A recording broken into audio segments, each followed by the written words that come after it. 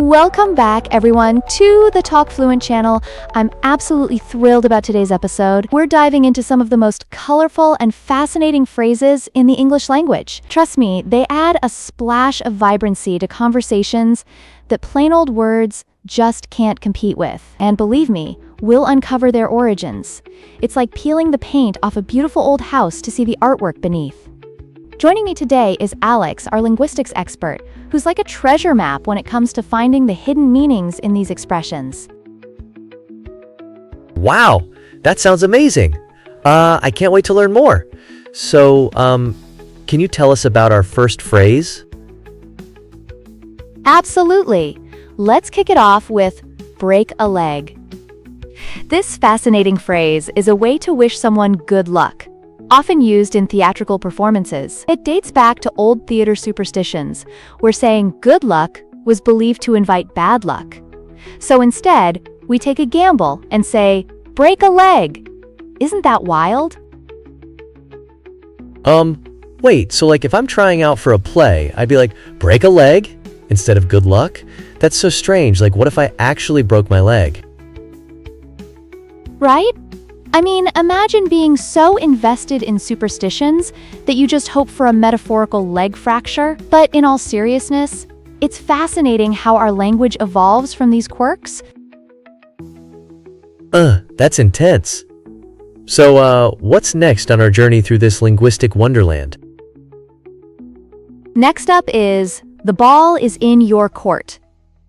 Picture this. You're playing tennis, and the game stops until someone makes their move. This phrase means it's your responsibility to make a decision or take action.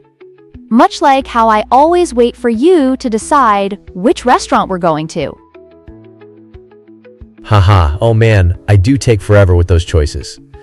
So does that mean if I keep waiting, I'm just like hanging onto the ball indefinitely? Exactly. You've got an important role. Don't let indecision be your doubles partner. Now, how about spill the beans? This phrase means to accidentally reveal a secret, and believe it or not, it traces back to ancient Greece. They used beans for voting. If you spilled them, oops, your vote, and probably a secret, was out in the open. Ah, wow. So it's like a voting scandal. What if someone really needed to keep their beans, like, I don't know, in a jar or something? Haha. Right? Picture it, a group of ancient Greeks frantically trying to collect those beans while trying not to give away their preferences. Now, moving on to bite the bullet. This phrase means to face a tough situation with courage. It originated from the days when soldiers had to bite down on bullets during surgeries. They knew the pain was coming and had to brace for impact. Wow, that sounds, incredibly difficult. Like, can you imagine biting down on something so hard while, someone is, cutting your arm open? Ugh! Yikes! Exactly, it's definitely not for the faint-hearted. But in modern life, we all face our own metaphorical bullets. We might have to confront a tough conversation or tackle a daunting project at work. Oh man, it's really like every day is a new battlefield, huh? So, what's next? Next, we have under the weather. This phrase means feeling ill. It came from the sailing world, quite literally. If sailors were sent below deck during a storm, they were said to be under the weather. Ah, that's so cool. Wait, so if I feel sick, I should think of myself as a sailor navigating a storm?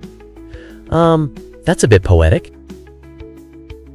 Exactly. It gives you a new perspective on how you see your ailments. Now let's dive into kick the bucket. This one's a colloquial way to say someone has died, potentially linked to slaughterhouses as it referred to animals' last moments. Whoa, that's so dark. Like, is that really what it means? That sounds like a wild tale. It is wild.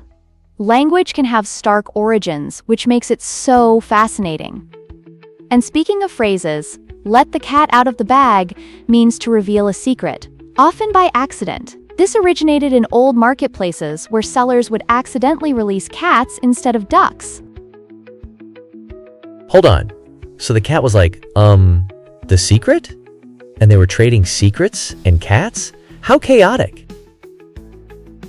Right? It sounds like a scene from a comedy show. Imagine customers getting surprised by a furry feline instead of a tasty duck. Haha. Now what's next, you ask? Well, we have beat around the bush. This one means to avoid the main topic. Think of hunters skirting around bushes to flush out birds. They want to get to the catch, but they keep avoiding the chase. Ah, so it's like when I try to sneak around telling my friend I forgot their birthday. Like, oh, nice weather today, right? Exactly. Just get to the point, my friend. Speaking of getting to the point, we have cut to the chase, which conveys skipping unnecessary details to get straight to the heart of the matter. Ooh, like when I just want the juicy gossip, right? No fluff. Totally. And then there's hit the nail on the head. It means being exactly right about something, which draws from carpentry. When you hit the nail where it counts. Yep, kind of like my friends hit the nail every time they guess my secret crush. So, what's the next one? Moving along, a dime a dozen refers to something very common and not particularly valuable. It stems from the 1800s, when certain items could be bought for a dime.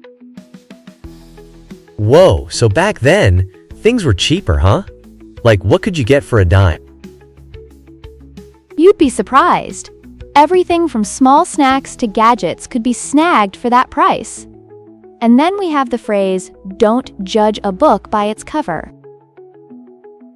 Oh, I love this one. It's like that whole thing about people needing to look past appearances.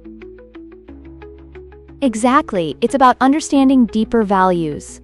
Now here's a classic, go the extra mile. So, like, how far are we talking? Do I need to walk a few blocks or run a marathon? Haha, not a marathon. More like going the extra distance for someone, putting in that effort when needed. Got it. And what about piece of cake? It means something very easy to do, much like sharing cake with friends. Oh, I'm all for cake. I mean, who isn't? Exactly. Now take it with a grain of salt. This means to be skeptical about something. It has its roots in ancient practices where salt would be used to make medicines seem less harmful. Like trust but verify, right? I dig that. Absolutely. Now, when pigs fly, that's a hilariously exaggerated way to describe something impossible. Haha. Oh, I bet my friend would say when pigs fly when I tell him I'm taking up skydiving. Now that's a whole different adventure.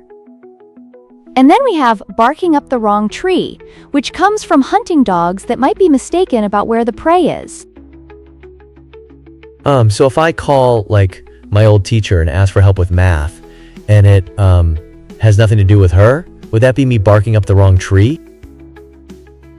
Bingo! You're getting the hang of it. Lastly, on cloud nine means to be extremely happy. Like a fluffy, happy cloud. Ooh, now I want to float up there. Well, keep that joyful spirit.